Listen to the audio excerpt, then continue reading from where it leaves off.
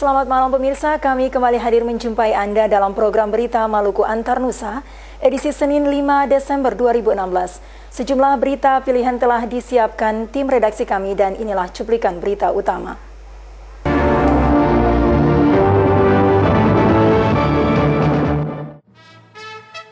Reformasi birokrasi masih dihalangi korupsi. Penyidik Kejaksaan Tinggi Maluku kembali memeriksa mantan Kadis Infokom Maluku.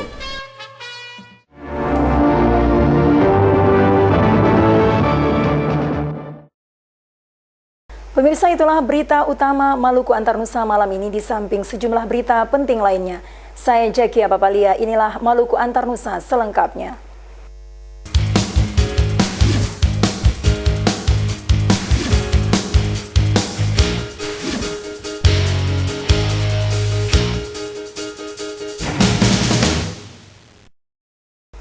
Pemirsa, reformasi birokrasi harus dilakukan demi meningkatkan kualitas bangsa di mata dunia. Namun upaya tersebut masih dihalangi oleh tindakan korupsi yang terus terjadi. Pembangunan dan pelayanan kepada masyarakat.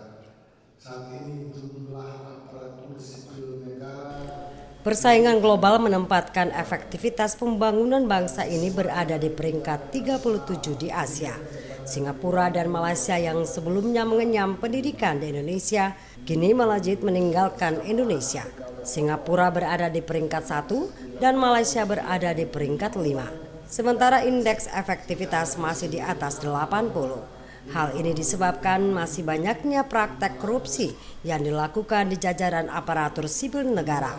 Menyikapi kondisi ini, Presiden Joko Widodo telah mengeluarkan peraturan pemerintah tentang sapu bersih pungutan liar yang wajib dilaksanakan secara nasional. Hal ini disampaikan Menteri Pendayagunaan Aparatur Negara dan Reformasi Birokrasi Asman Abnur pada pelepasan diklat kepemimpinan tingkat 2 dan ceramah umum pengembangan kompetensi aparatur sipil negara hari ini di Ambon. Menurutnya, korupsi sangat mengganggu terlaksananya reformasi birokrasi. Dirinya mengingatkan untuk segera menekan korupsi di dinas instansi masing-masing karena tim sapu bersih pungutan liar terus memantau gerak-gerik kinerja aparatur sipil negara. Aparatur sipil negara juga diminta untuk berinovasi dalam melaksanakan tugas dan tanggung jawabnya. Mereka yang mengikuti diklat pimpinan tingkat 2 ini juga harus memiliki inovasi baru yang dipaparkan dalam diklat tersebut yang dapat diakses secara online. Mereka juga diharapkan menjadi motor penggerak serta mampu menekan praktek korupsi pada dinas dan instansi masing-masing. Otis Kotadini melaporkan.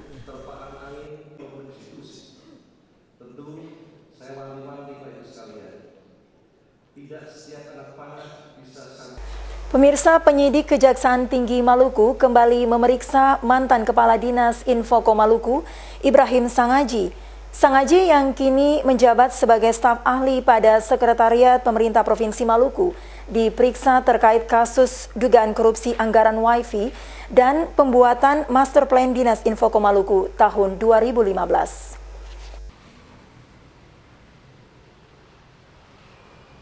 Penyelidikan kasus dugaan korupsi anggaran WiFi dan Master Plan di Dinas Infokom Provinsi Maluku terus bergulir. Hari ini mantan Kepala Dinas Infokom Maluku Ibrahim Sangaji kembali menjalani pemeriksaan lanjutan sebagai saksi dalam kasus ini. Pemeriksaan Sangaji oleh penyidik kejaksaan dilakukan secara tertutup. Kepala Seksi Penyidikan Kejati Maluku Ledrik Takendengan menyatakan, pemeriksaan terhadap Ibrahim Sangaji merupakan pemeriksaan lanjutan dan masih dalam tahap penyelidikan. Sesuai dengan jadwal yang kita sudah tentukan, memang hari ini kita sudah memeriksa dan masih berjalan pemeriksaan terhadap mantan Kadis Infokom Provinsi Maluku, disebut inisialnya Pak Saudara IS ya.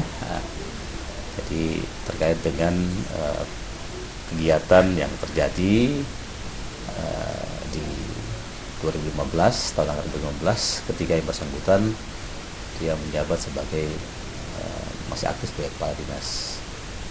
Proses lagi berjalan. Untuk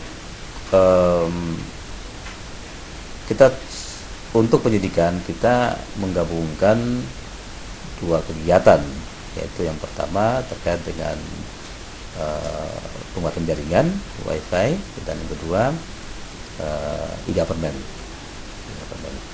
Total dua kegiatan itu lebih kurang 1,8 miliar. Nah, ini kita lagi dalami dan statusnya sudah uji penyelidikan. Ya. Rangkaian penyelidikan sudah dilakukan selama beberapa bulan waktu itu, dan dari hasil ekspos penyidik sudah menemukan ada indikasi perbuatan melawan hukum, perbuatan pidana yang mengarah kepada tindak pidana korupsi, sehingga tim saat itu sudah sepakat dan tingkatkan status ke penyidikan. Proyek Wi-Fi dan Master Plan pada Dinas Infokom Provinsi Maluku bersumber dari dana APBD tahun 2015 dengan masing-masing anggaran yakni lebih dari 600 dan 700 juta rupiah. Diduga sebagian dana itu belum dibayarkan ke pihak ketiga, dalam hal ini PT Telkom. Minggus Noya dan Edmond Tupan melaporkan.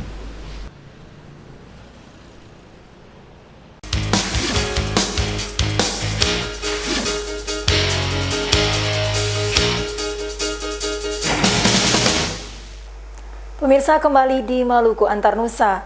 Dan berikut ini dapat Anda ikuti kampanye dialogis pasangan calon wali kota dan wakil wali kota Ambon periode 2017-2022.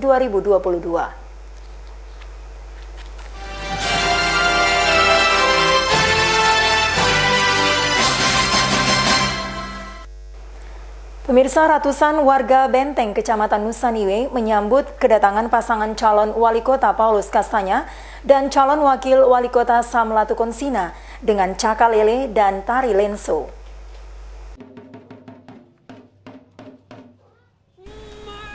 Tari cakalele dan tari lenso yang ditampilkan warga masyarakat Benteng, Kecamatan Nusa Niue saat menyambut paslon pantas Paulus Kastanya Sam Latukonsina, karena kedua sosok putra Ambon ini dianggap sebagai tamu kehormatan bagi mereka. Calon wali kota dan wakil wali kota nomor urut 2 ini kemudian diarak dengan dililit kain gandong yang menggambarkan hubungan persaudaraan antara warga Ambon dengan calon pemimpin kota Ambon 5 tahun mendatang. Di sepanjang jalan setapak yang berjarak kurang lebih 300 meter dari lokasi kampanye tatap muka, Poli dan Sam terlihat merakyat dengan menyalami warga Benteng satu persatu.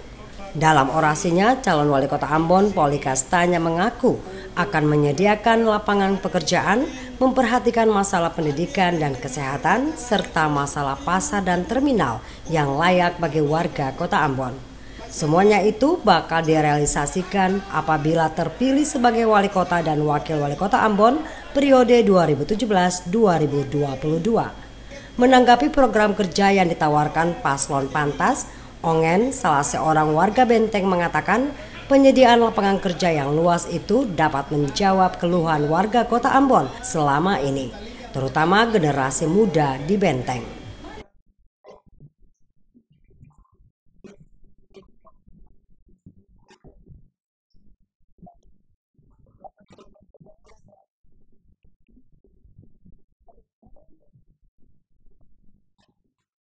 Calon wakil wali kota Ambon Sam Latukonsina saat kampanye menegaskan pantas telah siap bekerja untuk kesejahteraan warga. Bagi pasangan pantas, menjadi pemimpin itu harus cerdas.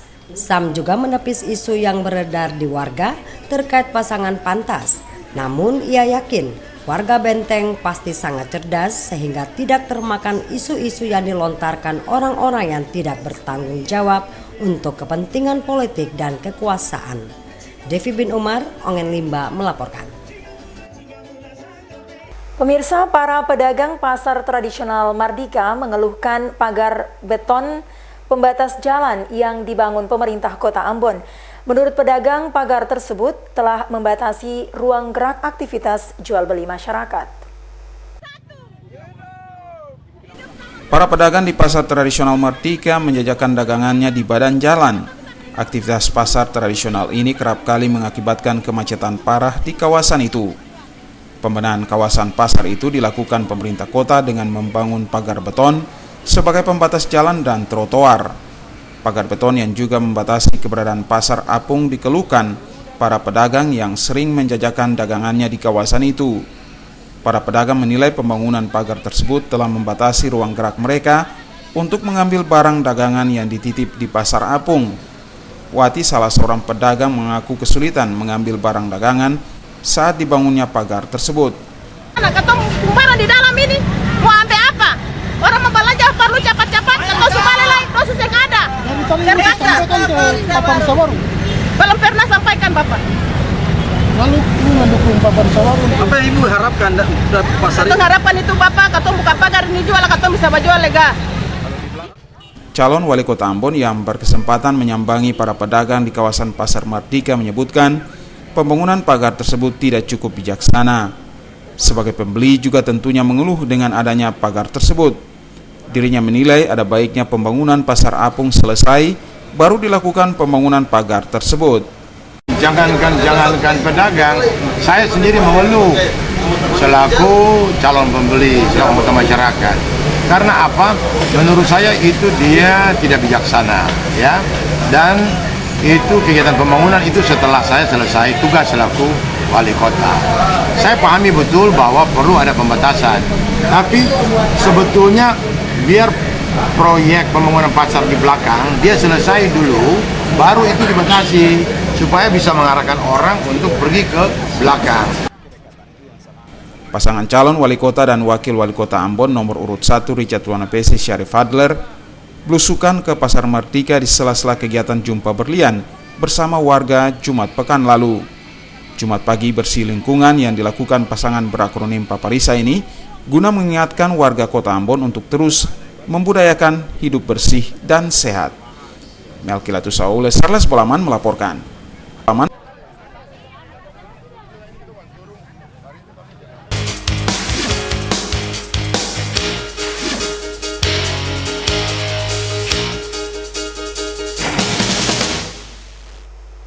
Pemirsa, terima kasih masih bersama kami di Maluku Antarnusa. Berikut ini kami akan mengajak Anda untuk mengikuti perayaan Natal Kristus yang dilaksanakan umat Kristiani di sejumlah tempat di Kota Ambon.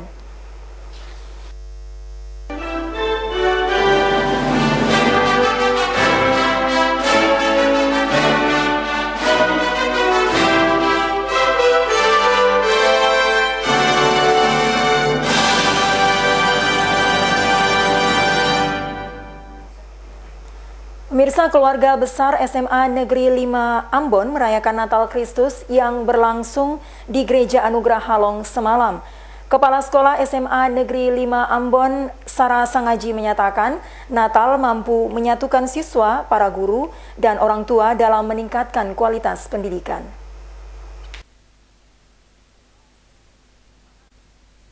Suasana kebersamaan mewarnai jalannya perayaan Natal keluarga besar SMA Negeri 5 Ambon semalam. Perayaan Natal keluarga itu diawali dengan ibadah yang dipimpin oleh Pendeta Yani Bakar Besi.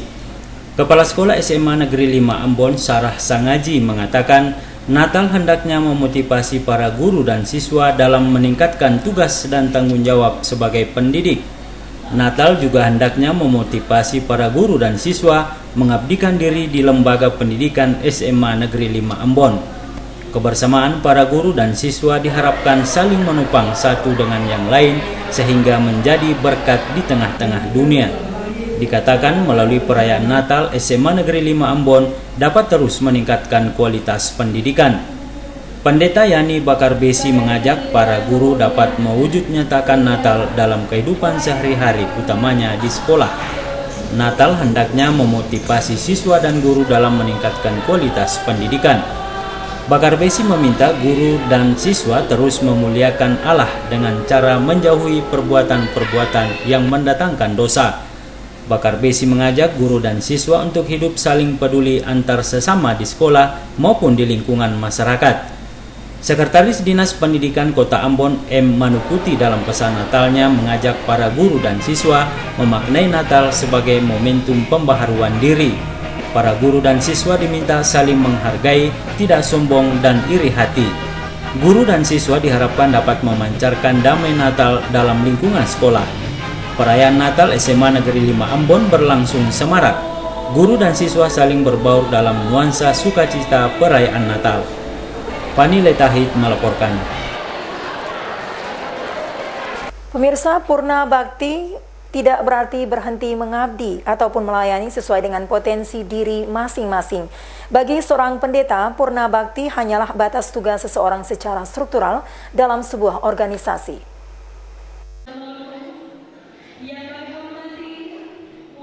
Pelayanan kepada umat bagi seorang pendeta tidak akan pernah berakhir. Pengabdian sebagai pendeta akan terus berlangsung hingga akhir hayat. Bagi seorang pendeta, pelayanan adalah panggilan untuk mengemban tanggung jawab keumatan, memberitakan Injil Tuhan. Pengabdian yang tiada batas itu senantiasa tergambar dalam kehidupan para pendeta pensiunan di lingkungan Gereja Protestan Maluku. Meski masa tugas mereka secara struktural di lingkungan Gereja Protestan Maluku telah berakhir, namun para pensiunan pendeta tersebut masih terus mengambil peran dalam pelayanan. Mereka tetap melaksanakan pemberitaan firman Tuhan dan pelayanan keumatan lainnya dimanapun berada. Pelayanan kepada Tuhan bagi seorang pendeta tidak pernah dibatasi oleh umur. Pelayanan akan terus berlangsung dalam segala potensi yang mereka miliki. Komitmen para pensiunan pendeta di lingkungan Gereja Protestan Maluku tersebut tergambar dalam perayaan Natal bersama dengan grup Bakawang dan Arika Jemaat Halong Anugerah pada Sabtu malam. Pendeta Sami Titalei yang juga adalah mantan Ketua Sinode Gereja Protestan Maluku saat menyampaikan refleksi Natal mengatakan kesukaan dari surga akan dirasakan setiap orang yang berkenan kepadanya. Setiap orang yang menerima Yesus akan beroleh keselamatan dan damai sejahtera dari Allah. Menurut Titalei, Natal adalah perubahan dari hidup lama menjadi baru. Perbuatan yang tidak berkenan kepada Tuhan akan ditinggalkan dan menjadi manusia baru di dalam Tuhan.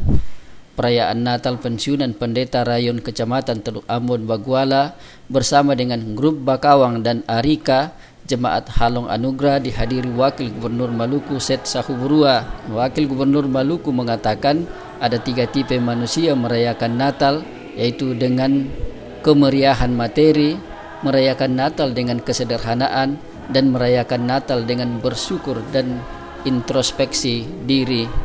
Julius Padonan dan Junaidi Asril melaporkan.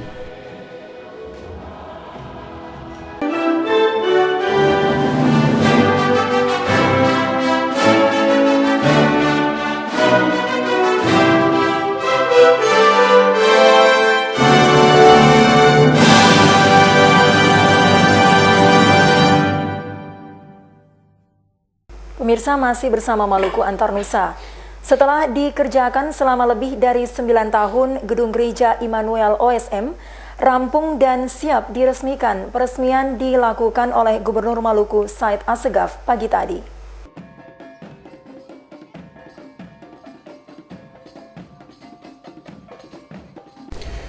Proses pembangunan Gedung Gereja Immanuel OSM dimulai dengan peletakan batu penjuru pada tahun 2007. Sementara pembongkaran gedung gereja lama baru dilakukan pada tanggal 6 Juli 2008. Tahun 2010, lantai dasar gedung gereja tersebut rampung dikerjakan dan mulai dimanfaatkan untuk proses peribadatan. Pergumulan panjang jemaat ini untuk merampungkan proses pembangunan gedung gereja tersebut terus dilakukan. Hari ini gedung gereja tersebut diresmikan Gubernur Maluku Said Assegaf dan Ketua Majelis Pekerja Harian Sinode Gereja Protestan Maluku, Pendeta A.J. Werinusa pagi tadi. Proses peresmian diawali dengan arak-arakan alat sakramen dari gedung gereja Siloam menuju gedung gereja Immanuel yang baru. Arak-arakan itu dipimpin Ketua Majelis Jemaat GPM Immanuel OSM, Pendeta Ayawaila. Prosesi dilanjutkan dengan penandatanganan prasasti yang dilakukan Gubernur Said Assegaf, Ketua Sinode Pendeta A.J. Werinusa, serta Kasdam 16 Patimura. Ketua Sinode Gereja Protestan Maluku, Pendeta A.J. Werinusa mengatakan, peresmian gedung gereja ini merupakan jawaban atas pergumulan umat selama ini. Pembangunan ini dapat diselesaikan selain karena penyertaan Tuhan, juga karena pembangunannya dikerjakan dengan hati yang tulus. Kehadiran umat Islam untuk meramaikan peresmian gedung gereja tersebut mendapat apresiasi positif dari Ketua Sinode. Menurutnya, kendati peresmian dan pentahbisan merupakan hal yang sakral, namun membuka ruang bagi sesama umat manusia untuk melaksanakannya. Gedung gereja yang baru diresmikan ini tidak boleh disakralkan sebagai tempat suci yang sulit digunakan umat, tetapi harus dikotori dengan aktivitas iman. Kasdam 16 Patimura, Brigjen TNI Muhammad Taufik mengatakan, filosofi Siwa 5 harus mendasari peresmian gedung gereja ini. Dengannya kehidupan umat akan semakin damai dan tentram. Gubernur Maluku Said Assegaf mengatakan, sesuai nama gedung gereja ini, maka Allah akan senantiasa menyertai umatnya di jemaat ini. Assegaf berharap gedung gereja ini nantinya dimanfaatkan sesuai dengan fungsinya. Otis Kota Dini melaporkan.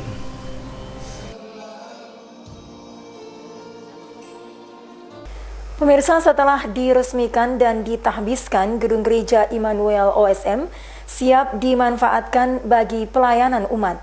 Ibadah perdana di gedung gereja tersebut dipimpin Ketua Sinode Gereja Protestan Maluku, Pendeta A.J. Werinusa. Majelis Pekerja Harian Sinode bersama Ibu Werinusa, seluruh Majelis Pekerja Harian Sinode GPM yang Setelah menanti cukup lama, akhirnya Jemaat Immanuel OSM dapat memanfaatkan gedung gereja mereka yang baru. Ibadah perdana di gedung gereja baru itu dipimpin Pendeta A.J. Werinusa. Dalam refleksinya, Pendeta A.J. Werinusa mengatakan, gereja yang injili adalah gereja yang tidak menutup mata terhadap permasalahan yang dihadapi umat. Berbagai penyakit sosial yang marak dan muncul di tengah umat harus mendapat perhatian serius dari gereja. Pelayanan terhadap umat harus dilakukan dengan kasih, karena gereja adalah persekutuan orang-orang percaya dari latar belakang kehidupan yang berbeda-beda. Bagi gereja, manusia lebih penting daripada gedungnya. Olehnya itu, gereja harus dapat menuntun umatnya sesuai dengan kehendak Allah. Dalam proses pembangunan pasti banyak dijumpai tantangan dan hambatan. Perbedaan yang terjadi di saat pembangunan merupakan hal biasa. Namun semuanya itu dapat dilalui karena ada kasih di antara sesama umat di jemaat ini. Kerendahan hati merupakan manajemen utama untuk menyelesaikan berbagai persoalan yang dihadapi. Karena gereja berlandaskan kasih, maka segala kepentingan pribadi harus ditanggalkan demi kepentingan umat di jemaat ini. Hal ini terbukti dengan diresmikannya gedung gereja Immanuel saat ini. Gereja juga harus dapat menjadi berkat bagi orang lain. Kendati sempat berkepanjangan proses pembangunannya, namun jemaat ini dapat merampungkannya untuk tempat peribadatan kepada Tuhan. Otis Kota Dini melaporkan.